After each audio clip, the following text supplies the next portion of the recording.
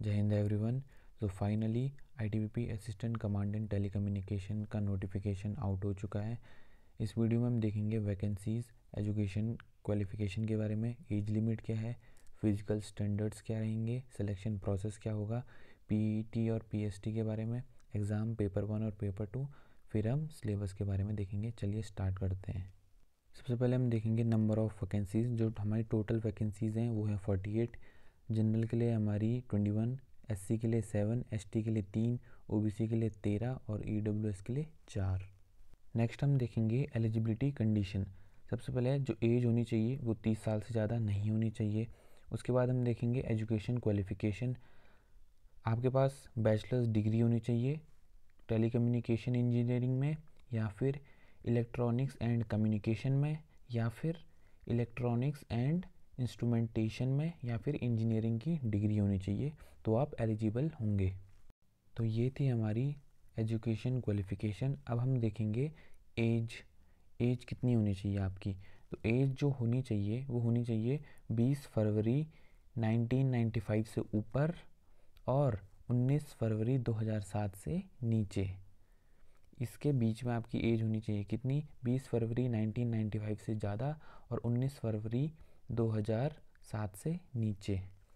Next point है, जो as होगी वही मानी जाएगी जो आपके 10th के सर्टिफिकेट में लिखी हुई होगी। नेक्स्ट पॉइंट है हमारा, जो ओबीसी कैंडिडेट हैं उन्हें अपना ओबीसी सर्टिफिकेट देना होगा जो कि 1/4/2024 से बाद होनी चाहिए, इससे पुराना नहीं होना चाहिए। 1/4/2024 के बाद का होना चाहिए वो सर्टिफिकेट। नेक्स्ट पॉइंट है हमारा, जो भी कैंडिडेट एज रिलैक्सेशन ले रहे हैं या फिर रिजर्व्ड वैकेंसीज़ के लिए अप्लाई करेंगे, मतलब एसटी, एससी और ओबीसी नॉन क्रीमी लेयर वाले जितने भी कैंडिडेट हैं उन्हें अपने सर्टिफिकेट सबमिट करने होंगे। और सपोज़ अगर उनके सर्टिफिकेट वैलिड नहीं हुए तो उन्हें यूआर मतलब जनरल कैटेगरीज़ में कंसिडर किया जाएगा। नेक्स्ट हम देखेंगे कैटेगरी वाइज एज रिलैक्सेशन, किस कैटेगरी को कितना कितना एज रिलैक्सेशन प्रोवाइड कर रहे हैं।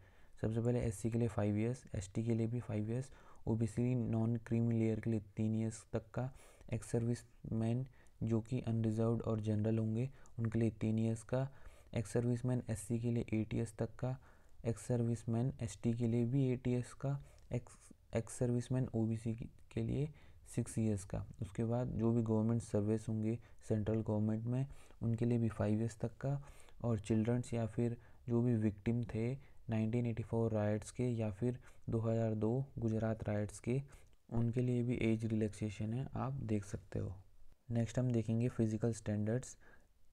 मेल के लिए जो मिनिमम हाइट होगी वो होगी 165 सेंटीमीटर्स और फीमेल के लिए होगी 157 सेंटीमीटर्स, और चेस्ट मेल के लिए होगी 81 सेंटीमीटर्स अनएक्सपेंड, और एक्सपेंड करके कितनी होनी चाहिए 86 सेंटीमीटर्स। फीमेल के लिए नॉट एप्लीकेबल।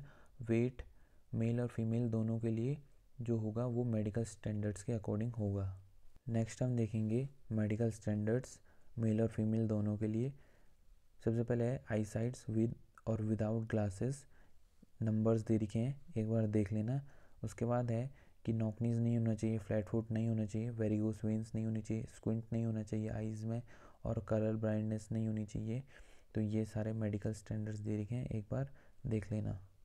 नेक्स्ट पॉइंट है हमारा, जो भी मेल कैंडिडेट्स होंगे यूआर कैटेगरी से, ओबीसी कैटेगरी से और ईडब्ल्यूएस कैटेगरी से, उनके लिए जो एप्लीकेशन फ़ीस होगी वो होगी 400 रुपीज़, और बाकी जितनी भी कैटेगरीज़ हैं और प्लस गर्ल्स के लिए वो होगी 0 रुपीज़। नेक्स्ट पॉइंट है हमारा कि हमें फॉर्म फिल करना है 21 जनवरी 2025 से 19 फरवरी 2025 तक, मतलब स्टार्ट हो चुके हैं। एक फॉर्म जल्दी जल्दी भर लेना, लास्ट डेट के उस पर मत रहना है, क्योंकि आपको पता है आईटीबीपी की जो वेबसाइट है वो बहुत ज़्यादा स्लो चलती है, तो फॉर्म जल्द से जल्द भर लेना। नेक्स्ट हम देखेंगे सिलेक्शन प्रोसेस। सबसे पहले हमारा होगा फिज़िकल में होगा हमारा पीईटी और पीएसटी। पीईटी पीएसटी से पहले एक बार हमारा वहीं वेन्यू पे बायोमेट्रिक टेस्ट होगा। वो अगर मेहंदी लगी है और उसकी वजह से बायोमेट्रिक हो नहीं पा रहा है तो वो एग्ज़ाम से बाहर कर देंगे। नेक्स्ट हम देखेंगे फ़िज़िकल एफिशिएंसी टेस्ट। इसमें मेल के लिए सबसे पहले 100 मीटर रेस होगी जो कि 18 सेकंड में कंप्लीट करनी है।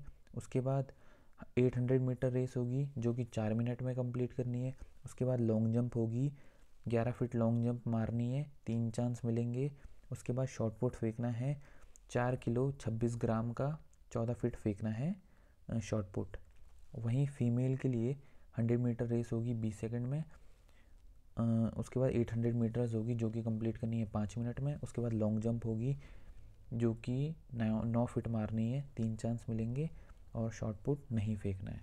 नेक्स्ट हम देखेंगे PST फिजिकल स्टैंडर्ड टेस्ट। इसमें हाइट, वेट और चेस्ट मेजरमेंट होगा। हाइट मेल के लिए चाहिए 165 सेंटीमीटर्स और फीमेल के लिए चाहिए 157 सेंटीमीटर्स।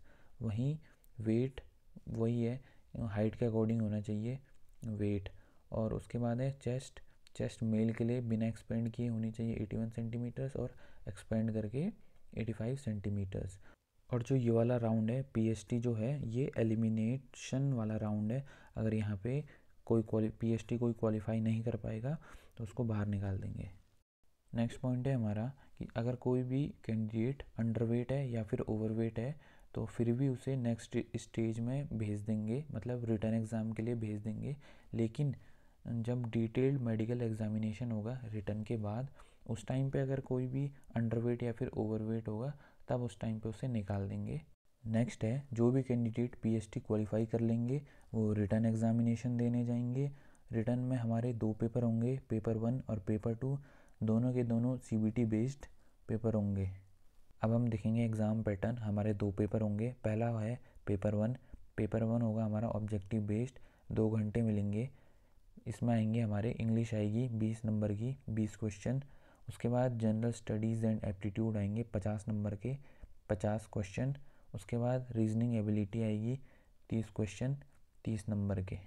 और इसको करने के लिए हमें मिलेंगे 2 घंटे। उसके बाद होगा हमारा पेपर 2। पेपर 2 भी हमारा ऑब्जेक्टिव टाइप का होगा। इसमें हमें 100 क्वेश्चंस आएंगे, 100 मार्क्स के होंगे और हमें 2 घंटे मिलेंगे।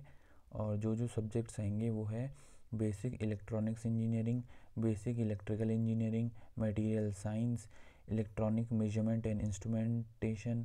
उसके बाद है नेटवर्क थ्योरी, फिर analogue and digital circuits and communication system. उसके बाद है कंट्रोल सिस्टम। फिर है 8th है हमारा computer fundamentals, organisation and architecture. उसके बाद है हमारा इलेक्ट्रोमैग्नेटिज्म। फिर है एडवांस इलेक्ट्रॉनिक्स टॉपिक, फिर है एडवांस कम्युनिकेशन टॉपिक्स, फिर इलेक्ट्रिकल मटेरियल्स, फिर इलेक्ट्रिक सर्किट्स एंड फील्ड्स। उसके बाद है electrical and electronics, measurements and computer fundamental system, power electronics and drives. Next point है हमारा कि जो डिटेल्ड सिलेबस है वो लास्ट में दिया है, वो हम अभी डिस्कस करेंगे।